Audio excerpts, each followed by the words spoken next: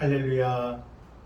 말씀의 소리, 기도의 소리, 찬양의 소리로 하나 되는 소리하나교회 주일 예배를 하나님께 드리도록 하겠습니다. 먼저 사도신경으로 우리들의 신앙을 고백하겠습니다. 나는 전능하신 아버지 하나님 전지의 창조주를 믿습니다. 나는 그의 유일하신 아들 우리 주 예수 그리스도를 믿습니다. 그는 성령으로 잉태되어 동정녀 마리아에게서 나시고 본디오 빌라도에게 고난을 받아 십자가에 못 박혀 죽으시고 장사된 지 사흘 만에 죽은 자 가운데서 다시 살아나셨으며 하늘에 오르시어 전능하신 아버지 하나님 우편에 앉아 계시다가 거기로부터 살아있는 자와 죽은 자를 심판하러 오십니다. 나는 성령을 믿으며 거룩한 공교회와 성도의 교제와 죄를 용서받는 것과 몸의 부활과 영생을 믿습니다. 아멘. 찬송가 364장 내 기도하는 그 시간, 우리 함께 찬양하겠습니다.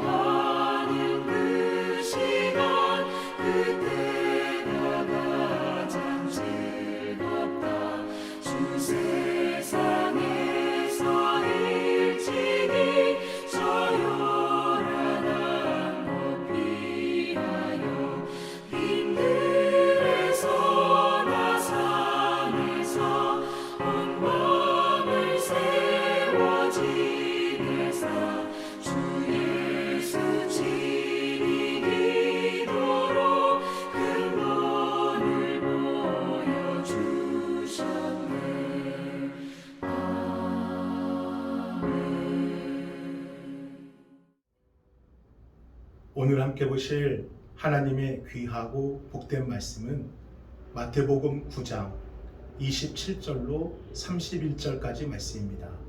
우리 함께 합독하겠습니다.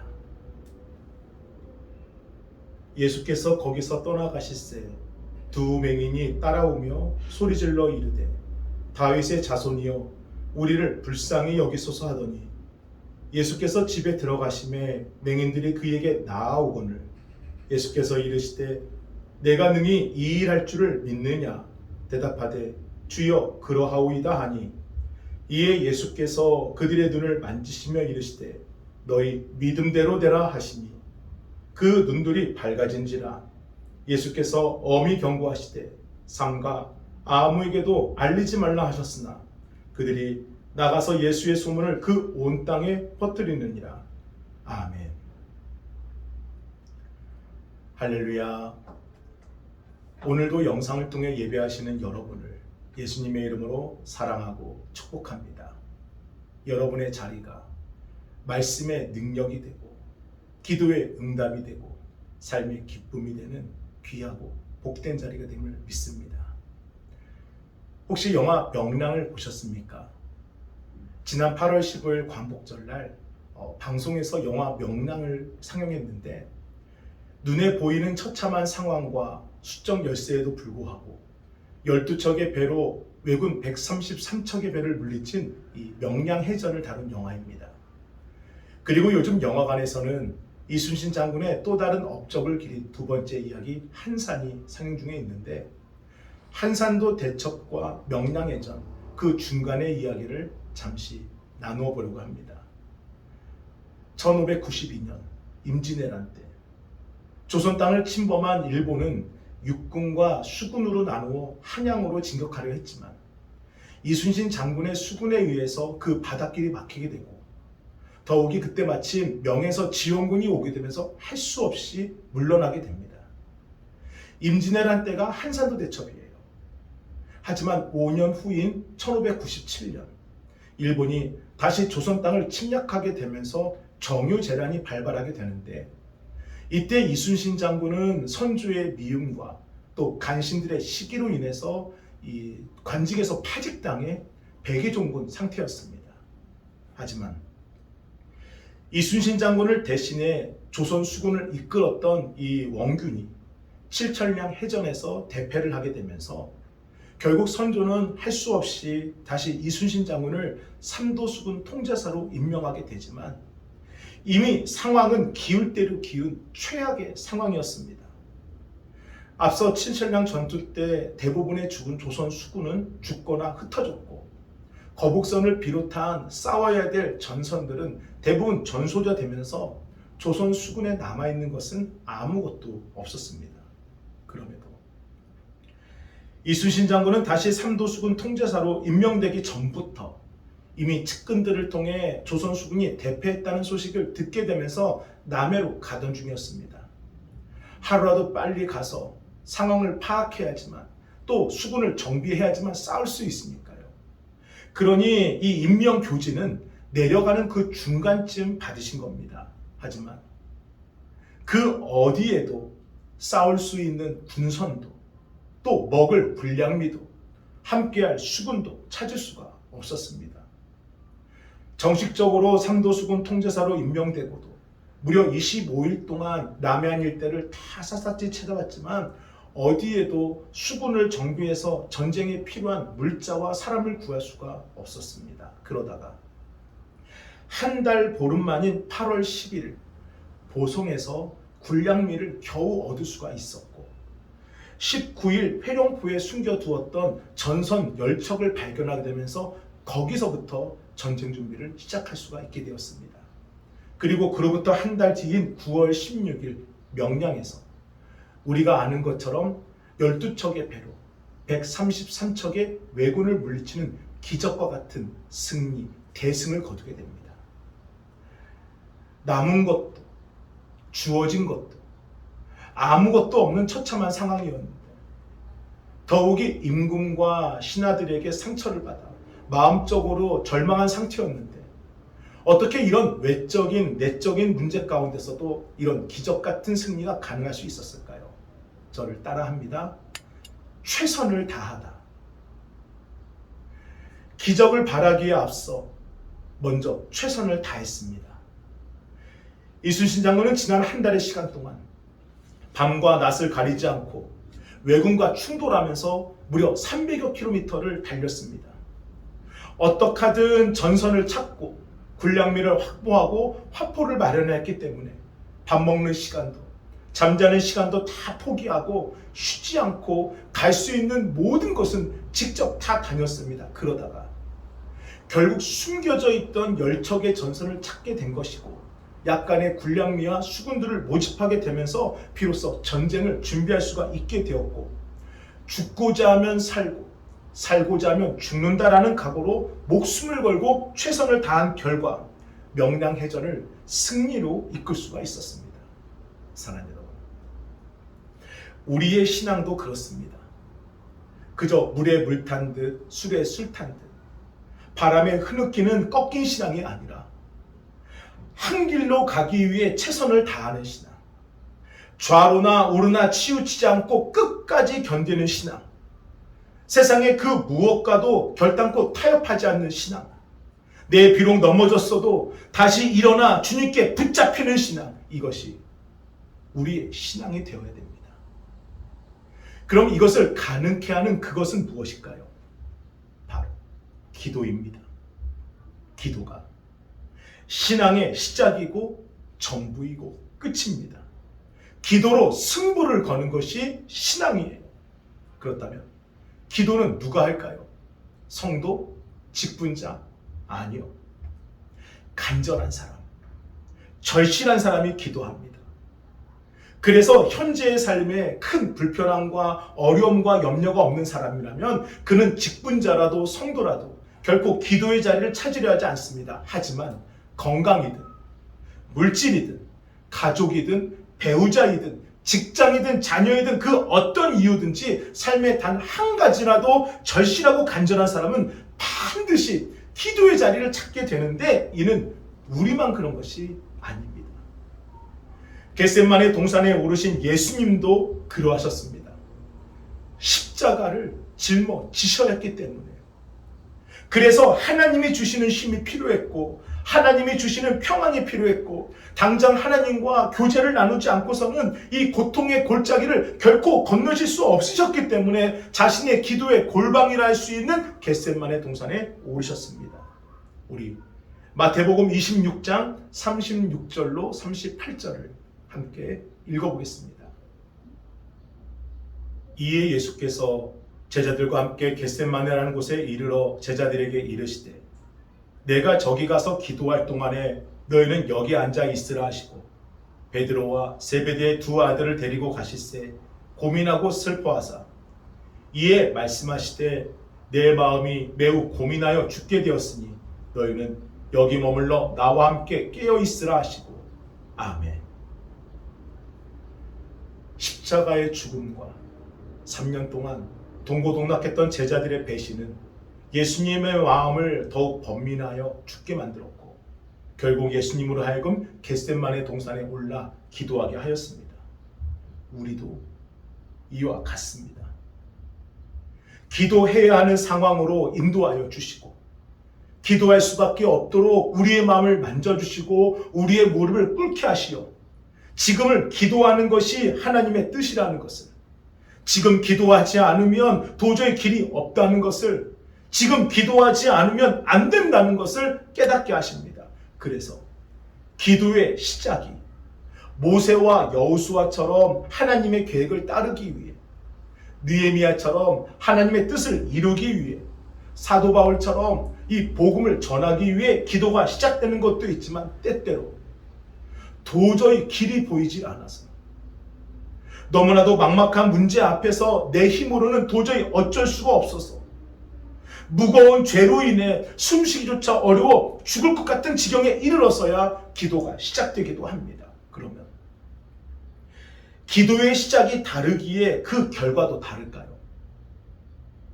소망과 비전을 이루기 위한 기도와 절망 때문에, 환난 때문에 드리는 기도가 다를까요? 아니요. 똑같습니다. 기도의 시작이 다르고 기도의 이유가 달라도 기도의 응답은 똑같습니다. 왜요? 기도는 사람이 듣는 게 아니라 하나님이 들으시는 겁니다. 기도는 사람이 판단하는 게 아니라 하나님이 판단하시는 것이고, 기도는 나나 누군가가 이루는 것이 아니라 하나님께서 응답하시는 것이기 때문입니다. 그래서 각자 기도의 출발은 달라도 판단과 응답은 주님의 뜻이고 주님의 몫이기에 우리의 몫은 이유가 어떠하든 그저 기도하는 것입니다. 그러므로 어떤 이유가 되었든 지금 기도할 수 있는 것이 은혜요 축복임을 믿으시고 끝까지 최선을 다해 기도하시기를 바랍니다. 그래서 기도는요, 구하고 믿고 확신하는 것입니다. 기도는 구하는 것에 대한 믿음의 확신에 따라 그 응답이 결정돼요. 오늘 본문에서 소경 두 사람은 주님께 달려나와 우리를 불쌍히 여기소서 앞을 보길 원합니다. 간청을 드립니다. 이에 예수님께서 뭐라 대답하십니까? 28절 말씀에 내가 능히 이 일을 할 줄을 믿느냐라고요 물어보십니다. 예수님이 소경들에게 믿음을 묻는 거예요. 내가 이것을 치유하면 낫는다는 것을 믿느냐라고 묻습니다. 이때 소경들이 무엇을 대답합니까? 28절 말씀에 주여 그러하오이다. 소경들의 대답은 믿는다는 것입니다. 주님이 하시면 하실 수 있다는 것을 믿는다는 것입니다. 이에 예수님께서 소경들에게 답을 주십니다. 우리 마태복음 9장 29절을 함께 읽어보겠습니다. 이에 예수께서 그들의 눈을 만지시며 이르시되 너희 믿음대로 되라 하시니 아멘. 사랑하는 여러분, 이처럼 응답은요, 바라는 것이 이루어지는 것이 아니라 믿는 것이 이루어지는 것입니다. 그래서 예수님은 치유받기 원하는 이들, 두려워하는 이들, 간절히 소망하는 이들에게 한결같이 물으십니다. 내게 믿음이 있느냐? 너희에게 믿음이 있느냐라고요.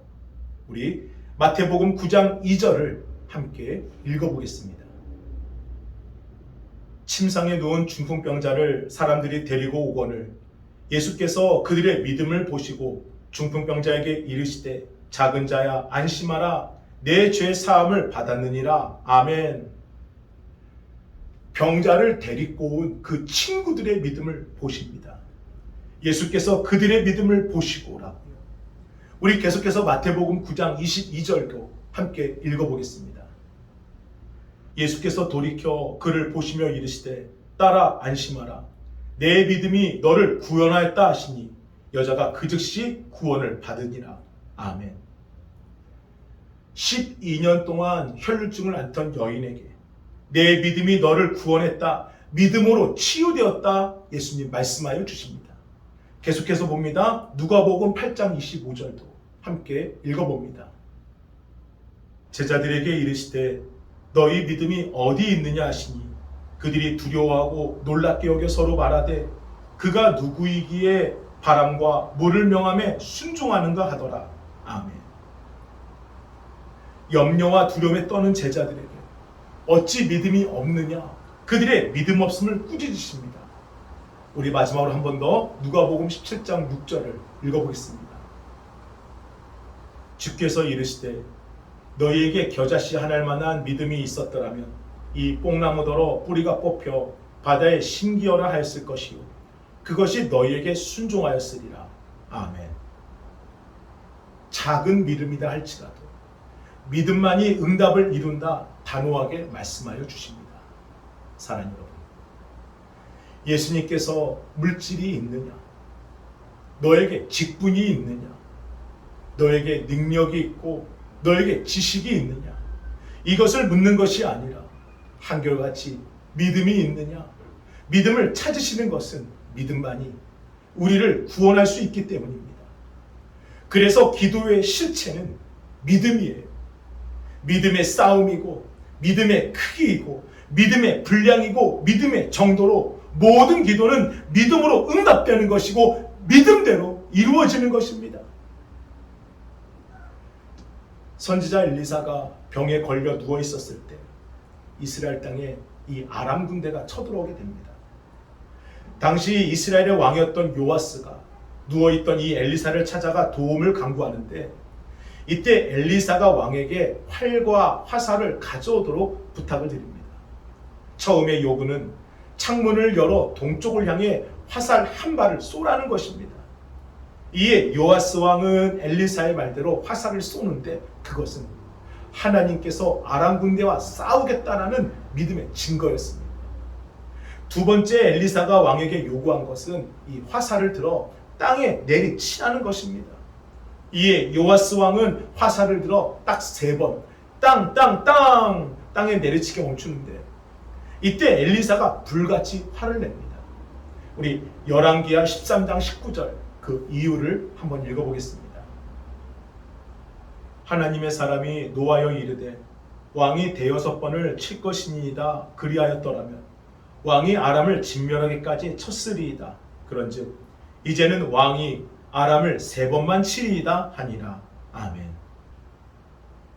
결국 이스라엘은 엘리사의 말대로, 요아스의 믿음대로 아람과의 전투에서 딱 3번을 이기게 됩니다. 믿음을 가지고 선지자 엘리사에게 달려갔지만 결국 요아스 왕의 믿음의 분량대로만 응답된 것입니다. 사랑하는 여러분, 심은 대로 추수하는 것처럼 기도하는 만큼 응답되는 것이고, 그 기도가 오랫동안 지속될수록 처음에 우리의 생각이 점점 하나님의 생각으로 바뀌어지는 것이고, 그렇게 쌓여진 기도의 크기가 결국에는 하나님을 향한 믿음으로 바뀌는 것이고, 그 믿음대로 이루어지는 것입니다. 기도는 믿음대로 이루어집니다. 그러므로 최선을 다해 구하십시오. 온 힘을 다해 찾으십시오. 열심으로 두드리십시오. 마태복음 7장 7절과 8절을 우리 함께 읽어보겠습니다.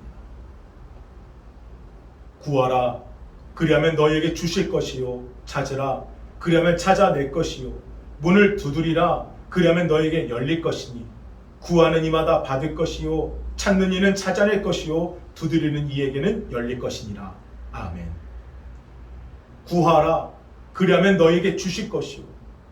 우리의 믿음 없음을 두려워하지 말고 주님께 구하십시오. 주님, 제가 믿음이 없습니다. 주님이 원하시는 믿음, 주님이 찾고자 인정하시는 믿음, 그 믿음을 저에게 주십시오. 제가 온전히 주님을 믿고 싶습니다. 라고. 그리고 찾으라, 그러면 찾아낼 것이요. 우리의 믿음 약함을 탓하지 마시고 주님께 찾으십시오. 주님, 제 믿음이 연약합니다.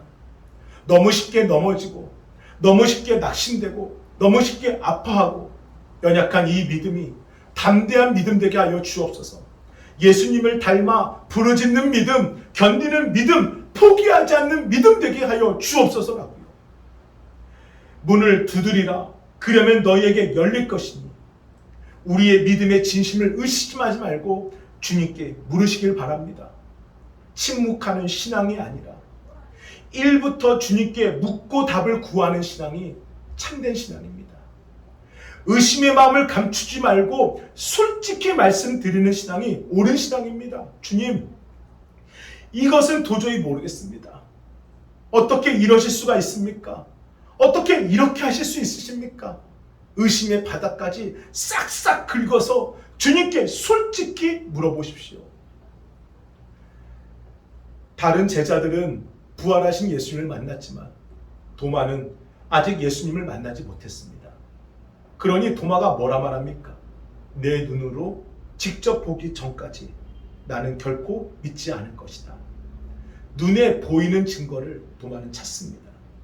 그런데 예수님께서 부활하시고 8일째 되던 날, 도마를 비롯한 제자들이 있는 곳에 나타나 도마에게 손과 옆구리에 상처를 보여주시며 내 손을 보라, 너의 손을 들어 나의 옆구리를 만져보아라 말씀하여 주십니다. 순간 도마는 자신이 했던 말이 떠올랐을 것이고, 비로소 자신의 이 의심이 잘못되었다는 것을 비로소 깨닫게 되었을 것입니다. 이때 예수님께서 도마를 향해 하신 2가지 말씀이 있습니다. 첫째는, 도마야, 믿음 없는 자가 되지 말고 믿는 자가 되어라. 그리고 2번째는 요한복음 20장 29절입니다. 우리 함께 읽어보겠습니다. 예수께서 이르시되 너는 나를 본고로 믿느냐? 보지 못하고 믿는 자들은 복되도다 하시니라. 아멘. 사랑하는 여러분, 믿음이란 그리스도 안에서 주어진 하나님의 약속을 믿는 것이 믿음이고, 그리스도 안에서 이루어질 하나님의 행하실 일들을 믿는 것이 믿음입니다. 지금 하나님의 약속이 어디에 있습니까? 이 순간 하나님이 행하실 일들이 어디에 있습니까? 바로 말씀입니다. 우리가 직접 하나님을 만나지는 못하지만 하나님이 주신 말씀 속에 하나님의 약속을 듣게 되고 하나님이 행하실 일들을 보게 됩니다. 그러므로 말씀을 붙잡는 것, 말씀에 붙들리는 것, 그래서 말씀 안에서 구하고 찾고 두드리는 것, 이것이 믿음입니다. 무엇으로 기도하십니까? 어떻게 기도하십니까? 말씀을 붙잡으십시오. 믿음에 붙들리십시오. 그리고 구하고 찾고 두드리십시오. 믿음대로 응답되는 것입니다.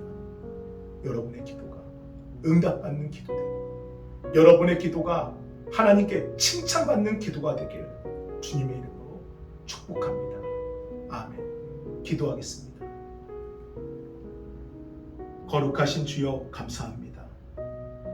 믿음대로 기도하는, 말씀에 붙들려 기도하는, 하나님이 원하시는 그 믿음의 분량대로 기도하는 우리 귀한 성도들, 주여 안아주시고 붙들어 주옵소서. 주님께서 그들의 손을 잡아주시고 주께서 그들의 마음을 위로하여 주옵소서. 감사합니다. 정성껏 준비하신 예물을 하나님께 드리겠습니다.